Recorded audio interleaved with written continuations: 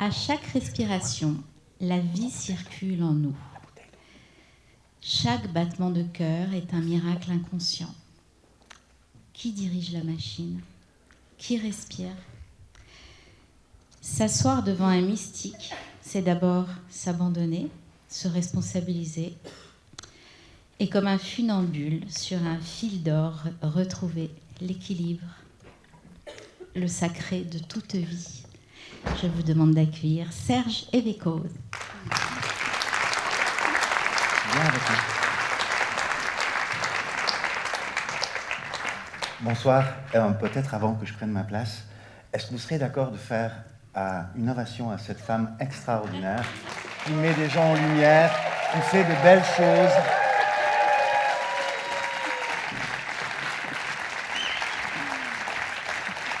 Merci infiniment pour tout l'amour que tu poses. Merci beaucoup.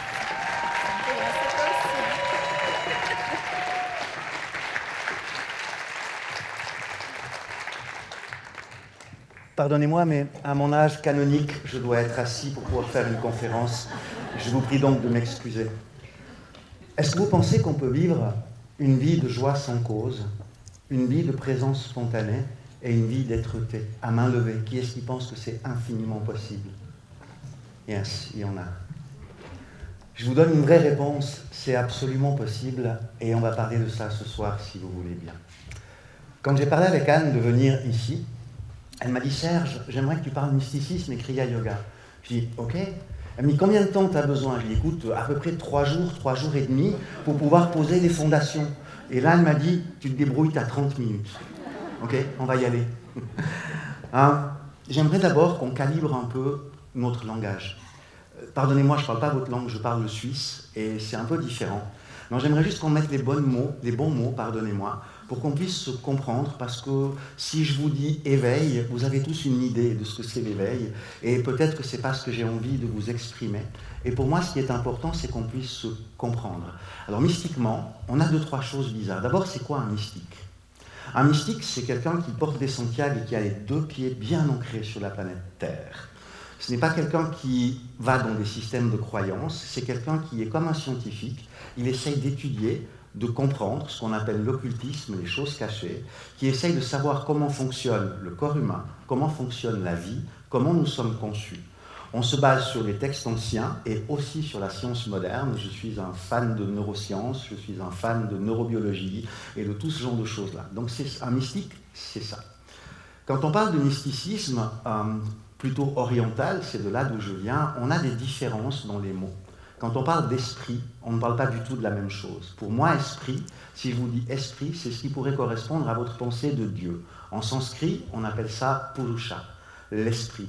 Et l'esprit, c'est ce que vous êtes. C'est la première chose que je souhaiterais vous partager. En vrai, vous êtes immortel. Alors respirez, prenez votre pique-nique, détendez-vous. Vous êtes immortel. Et ça, c'est extraordinaire. Vous êtes esprit, vous êtes cela, à jamais bien heureux dans la félicité. Et toute l'étude du mysticisme, c'est essayer de comprendre cet état d'être à l'intérieur de nous. Souvent, on dit nous sommes une partie de Dieu. Non, non, pas du tout. Vous êtes cela, maintenant. C'est la deuxième chose que j'aimerais vous partager, qui pourrait peut-être vous détendre. Vous n'avez absolument pas à devenir une meilleure version de vous-même. Tel que vous êtes ici et maintenant, vous êtes parfait. Vous avez peut-être quelques cailloux dans vos souliers, peut-être quelques cabossures sur la tête. En tout cas, moi j'en ai, parce que j'ai 50 ans de vie, un petit peu plus. Et il y a des choses que je dois continuer perpétuellement à équilibrer. Vous savez, quand on marche, ce qu'il y a de curieux, c'est qu'on est en perpétuel déséquilibre. Quand nous vivons, nous sommes en perpétuel déséquilibre. Nous échangeons des informations les uns les autres. Nous avons, je vois la tête de la personne qui dit « Ah mon Dieu, qu'est-ce qu'elle pense de ma conférence ?» Je rentre en déséquilibre. Et alors, je dois juste me rééquilibrer. Et peut-être que ce que je prends pour un signe de « qu'est-ce qu'elle pense ?» c'est « ah, je suis contente ». Mais mon signal perçu est à rééquilibrer. Et tout le travail du mystique, c'est de se rééquilibrer, de comprendre que nous passons notre temps dans des déséquilibres et que nous sommes là sur Terre pour 2 raisons. 2. Il n'y en a pas d'autres. La première, soyez heureux.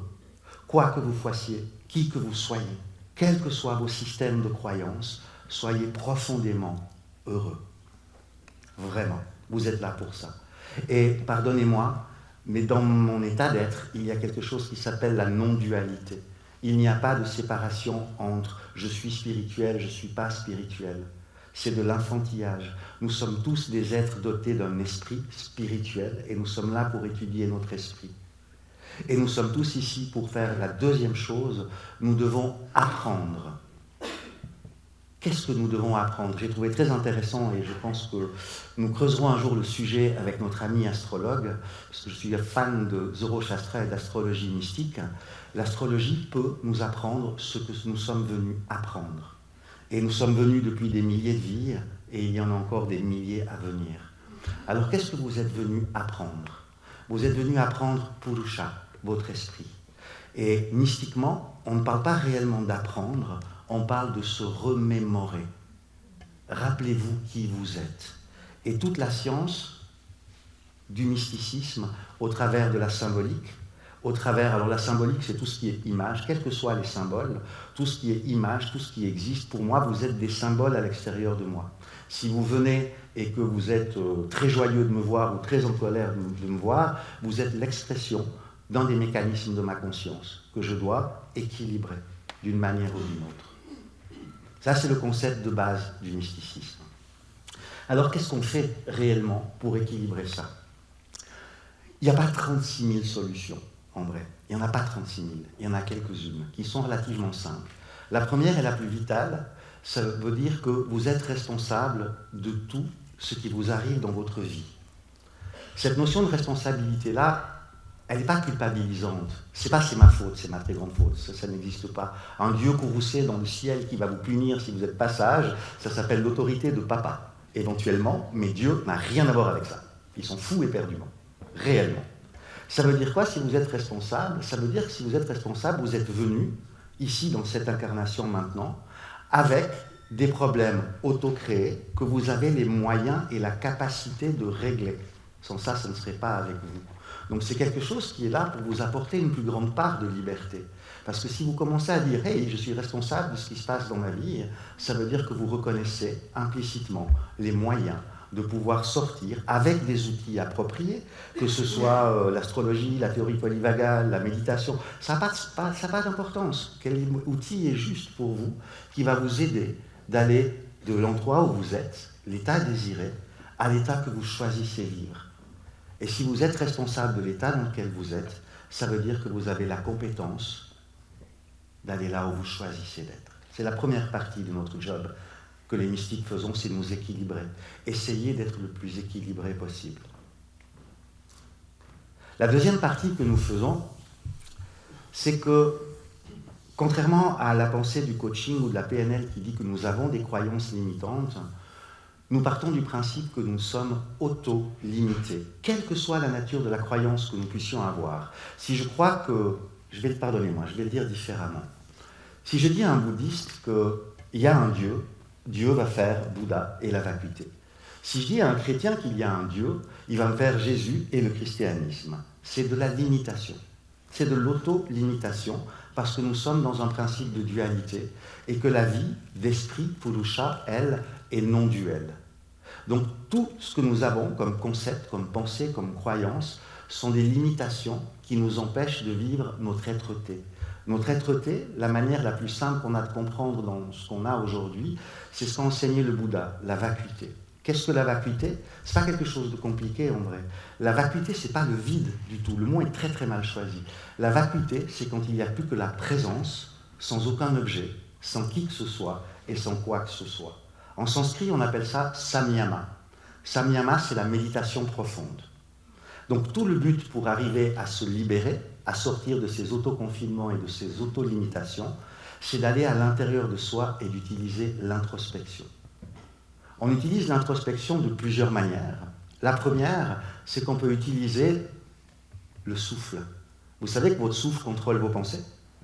Je pense que vous avez eu ça un peu dans la conférence ce matin. Si vous respirez calmement, vous changez votre posture, vous changez votre fonctionnement hormonal et vous rentrez progressivement dans un état de paix. Cet état de paix-là, c'est le tout début de ce qui va nous amener à la méditation. La deuxième chose qu'on va utiliser, c'est la concentration. Apprendre à faire taire notre radio interne. Faire taire notre radio interne, il y a beaucoup de personnes qui expliquent qu'il faut faire cessation de l'activité des pensées. La réponse est non, c'est pas possible. Du moins pas avant les 50 premières années de pratique. Non, c'est pas vrai. Mais c'est pas le but. Le but, c'est pas de s'occuper de ça. Le but est de s'occuper d'amener son cerveau, ses pensées, pardonnez-moi, progressivement, à revenir à une seule chose, pour qu'on puisse avoir du focus et que notre fenêtre attentionnelle soit portée sur un élément choisi. Un objet de beauté, un Bouddha, un Christ, qui vous voulez, quelque chose qui est beau pour vous, pour apprendre à gérer la tonne et demie de pensées que nous avons au centimètre carré dans notre petit cerveau. Ça fait tout le temps blablabla. Bla, bla, bla.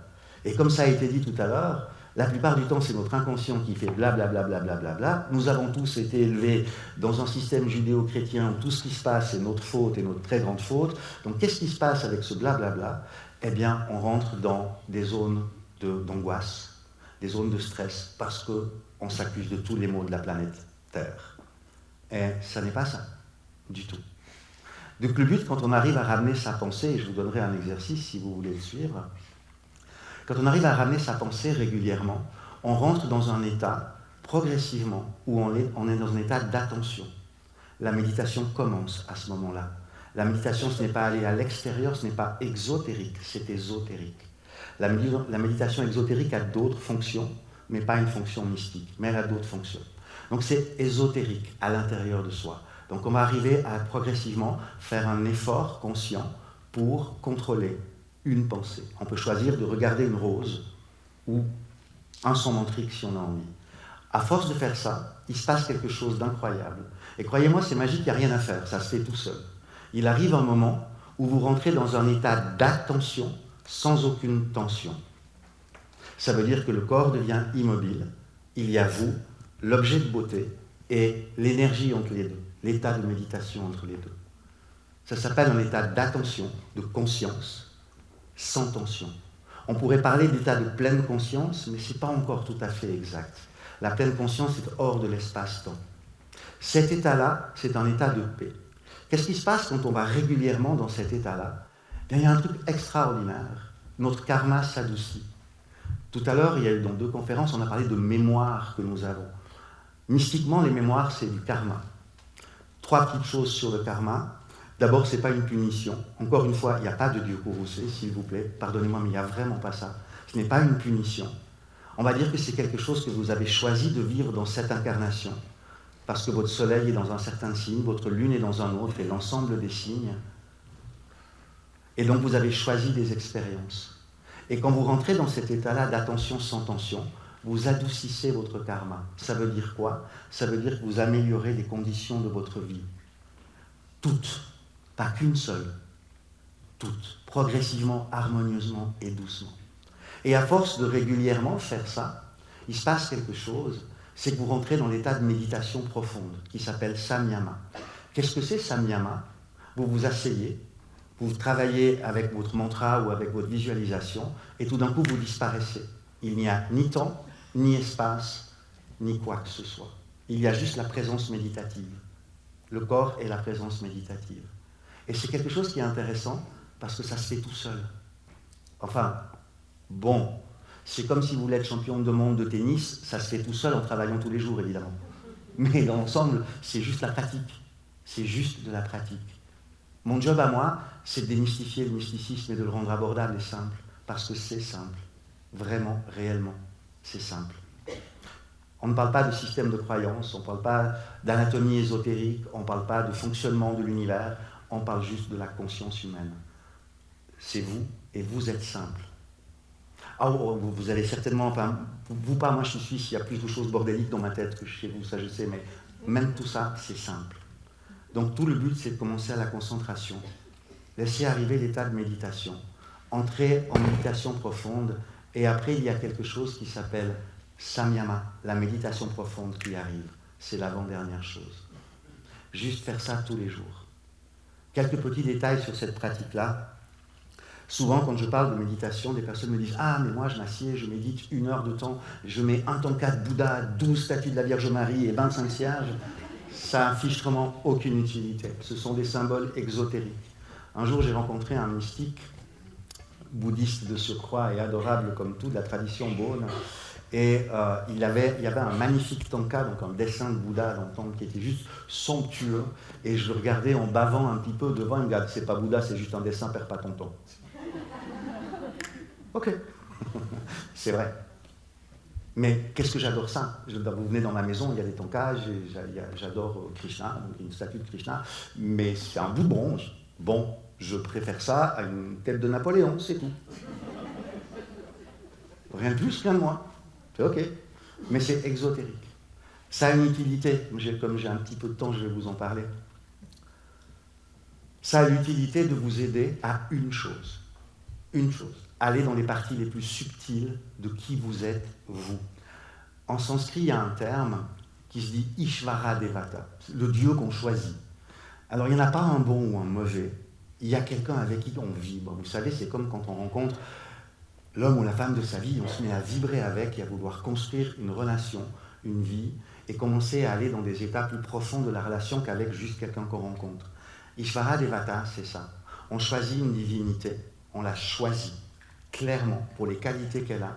Et ce qu'on va faire, c'est qu'on va créer une relation avec.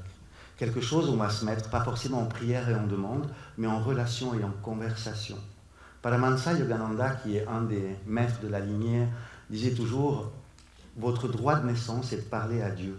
Ne l'oubliez jamais. » Quand j'avais 6 ans, je pense, ou 7 ans, j'étais à un cours de catholicisme. Donc il y avait un mec qui me disait qui était Dieu. Et naïvement, je lui ai demandé si on pouvait le rencontrer. Et ma quête mystique a commencé sérieusement là. Il m'a dit non, jamais. Mais moi, je veux. Et comme je ne suis absolument pas têtu, borné, rien du tout de tout ça, eh ben, depuis ce jour-là, j'ai décidé que j'allais rencontrer Dieu. C'est le droit ineffable de naissance parce que c'est vous, en réalité.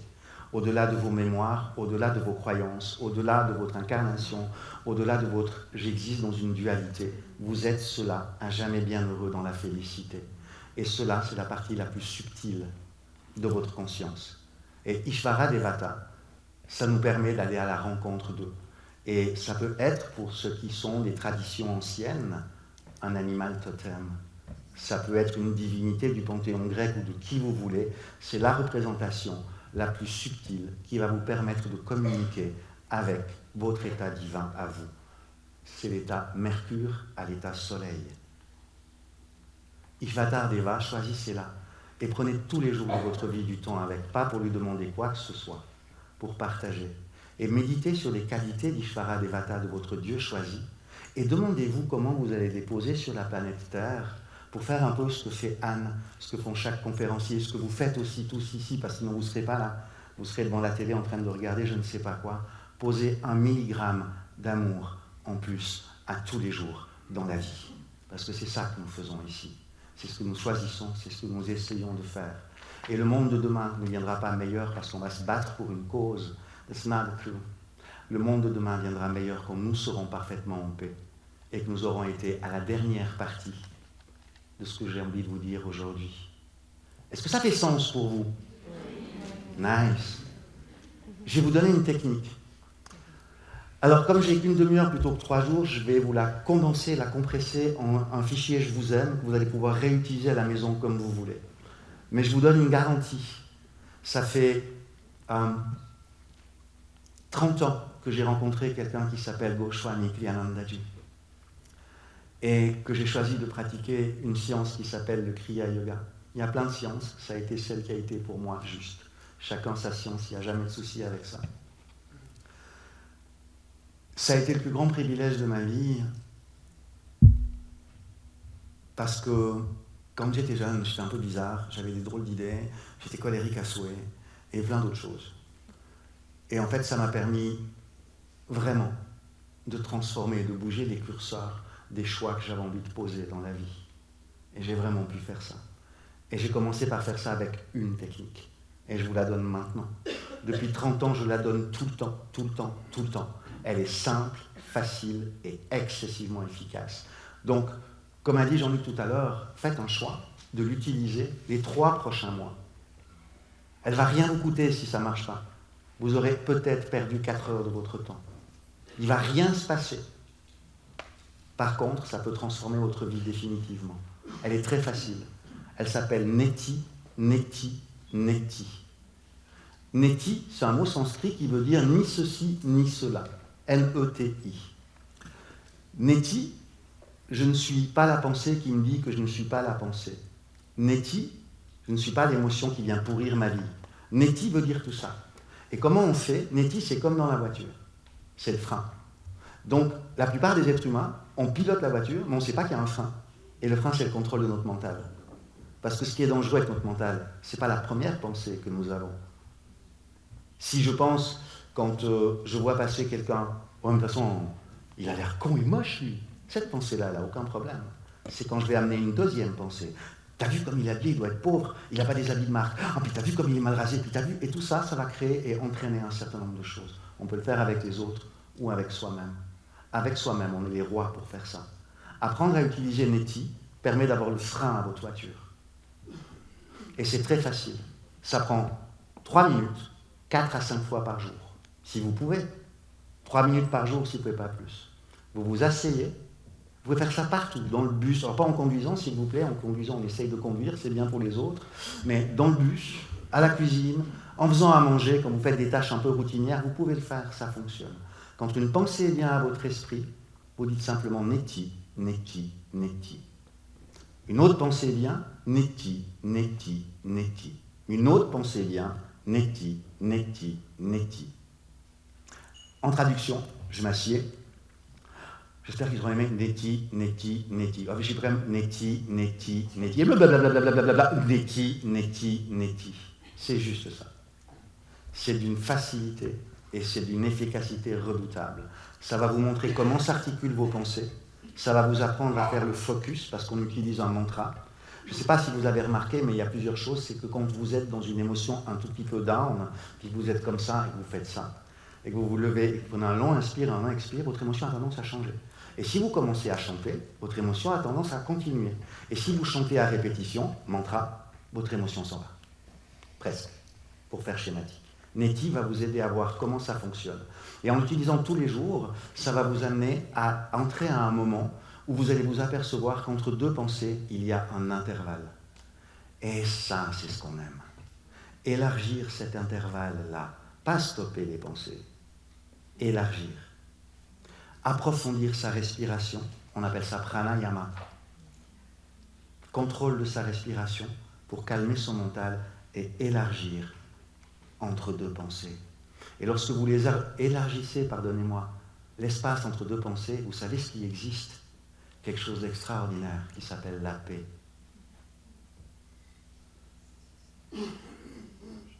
Parce qu'entre deux pensées, il y a la vacuité. Il y a samadhi dont je finirai avec, si vous voulez bien. Pratiquez ça. Souvent, j'en ai rencontré des personnes qui font du développement spirituel, on fait de l'étude de l'esprit. Chez tout le monde, ça a l'air d'être si compliqué. C'est pas vrai, pardonnez-moi. Si vous voulez étudier le mysticisme, oh yes, c'est comme si vous voulez devenir neurochirurgien, astrophysicien ou je ne sais pas quoi. Oui, il y a du job. Si vous voulez connaître votre esprit, il y a juste à faire une chose merveilleuse et extraordinaire. Vous asseoir tous les jours avec vous-même dans le silence. Il y a... Je vais dépasser de 5 minutes. Ça va, Anne? Habituellement, je parle pendant 1h15, 1h30, et c'est ta faute. Non. Il y a 2 autres choses.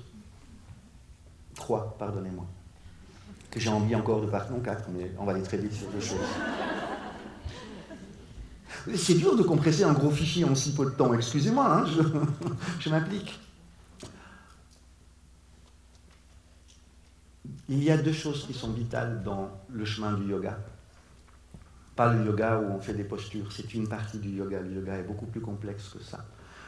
Dans la tradition yogique, il y a ce qu'on appelle, il y a aussi dans la tradition judéo-chrétienne et dans toutes les traditions, ce qu'on appelle les observances et les abstinences. C'est beaucoup plus agréable que quand on te dit les 10 commandements. Moi, tout de suite, ça m'effraie un peu. Tandis que là, on me dit, si je veux que ma vie soit merveilleuse, eh bien, il y a des choses que je dois observer. Et il y a des choses dont je dois m'abstenir de faire. La violence, on va essayer de s'abstenir. Une des choses les plus importantes est la non-violence. La non-violence verbale la non-violence physique et la non-violence mentale contre toute forme de vie cérébrospinale, de vie sensible, et surtout, mes bien-aimés, vis-à-vis de vous-même. Apprenez tous les jours à mettre 1 milligramme en moins de violence à l'encontre de vous-même. Quand vous vous critiquez, quand vous pensez ceci, on fait tous ça. Hein, ne croyez pas, il n'y a pas un jour un mec qui se lève par tête qui dit ça, non, tout le temps. Mais par contre, arrivez à voir quand c'est là et à arrêter de se violenter. Et ce qui va vous conduire à une vie beaucoup plus sereine et beaucoup plus paisible. Et la deuxième chose, c'est le contentement. Le contentement, je parlais avec ma compagne tout à l'heure, elle m'a donné un mot que j'ai oublié. Tant pis, il n'est plus là. C'est autre chose que la gratitude. Merci. La gratitude, c'est remercier. Le contentement a une profondeur en plus. La vie est sacrée et vous êtes la vie, ce qui veut dire que vous êtes sacré. Posez-vous dans le contentement de la vie, de ce qu'elle vous offre ou de ce qu'elle ne vous offre pas. Aujourd'hui, il y a beaucoup de « oui, mais on a droit à tout ». Et derrière, s'il vous plaît, évitez le consumérisme, on détruit la planète, pardonnez-moi. C'est pareil, on détruit la planète. Et j'ai le droit à tout. Allô? Il y a un moment donné, ça... Non, on n'est pas là pour avoir droit à tout. On est là pour apprendre. Et on est là pour servir la vie.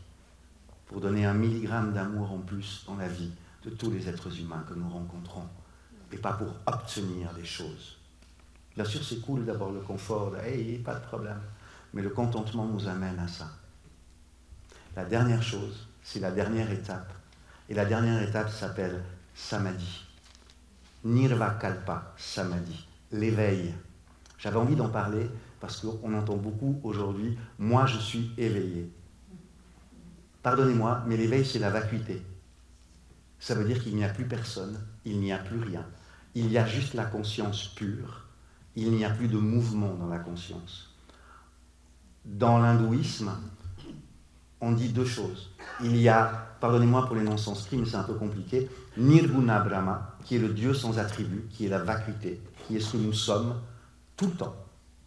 Ça veut dire qu'il n'y a aucun objet, aucun mouvement, rien du tout.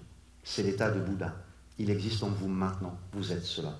Et après, il y a le mouvement. Le mouvement, c'est Saguna. Ça veut dire que ça s'est mis en mouvement, qu'il commence à exister des choses. Il y a le mouvement, la cinétique, la négantropie, et donc il y a la dualité qui existe. Quand il y a du mouvement, eh bien, Saguna Brahma existe.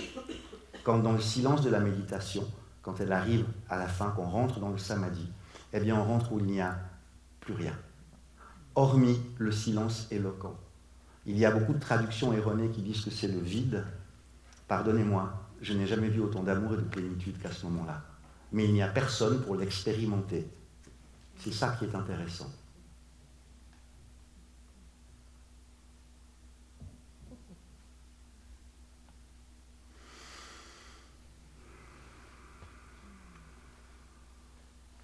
Il y a une chose qu'on fait dans la tradition dans laquelle j'existe et que j'aimerais partager avec vous.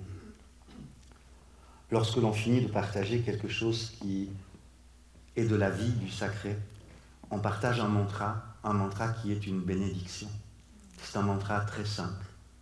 Et en fait, pour terminer, j'aimerais terminer là-dessus avec vous, si vous le voulez bien. Om Shanti, Shanti, Shanti.